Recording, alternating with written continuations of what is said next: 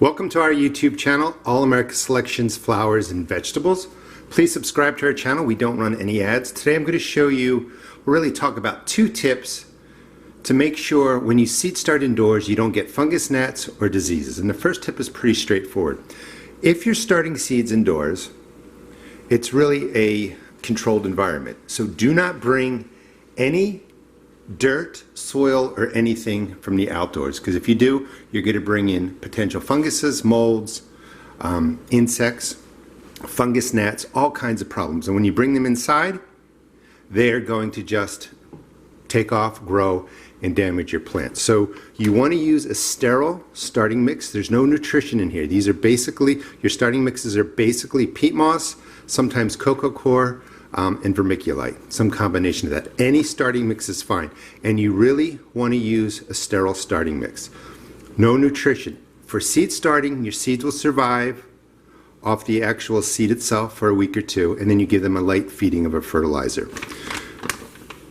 In most, if not all, seed starting mixes, there are fungus gnat eggs. They're kind of indestructible. Fungus gnats, if you ever started seeds indoors, the little gnats that fly around are fungus gnats. These eggs can sit inside this peat moss forever. Even the cold, freezing weather doesn't affect them. The number 1 tip that I really recommend is to sterilize your seed starting mix. I can't stress it enough. When you're starting seeds indoors, you want a sterile starting mix, and you can do that by using boiling water. It's real simple.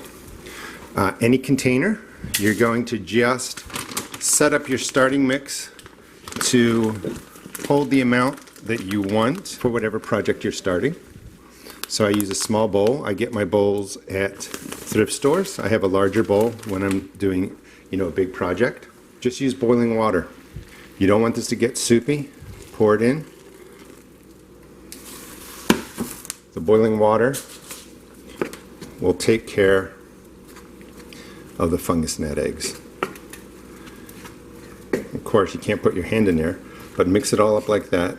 And when it starts to clump up, turn a darker brown, you know that you have enough hot water in there. You also want to saturate, just a side tip, you always want to pre-soak, pre-saturate your seed starting mix before you plant in there. And this will also do that. So it's well mixed through. You can see the steam coming out. Any kind of fungus, molds, fungus gnat eggs will be in there. Press it in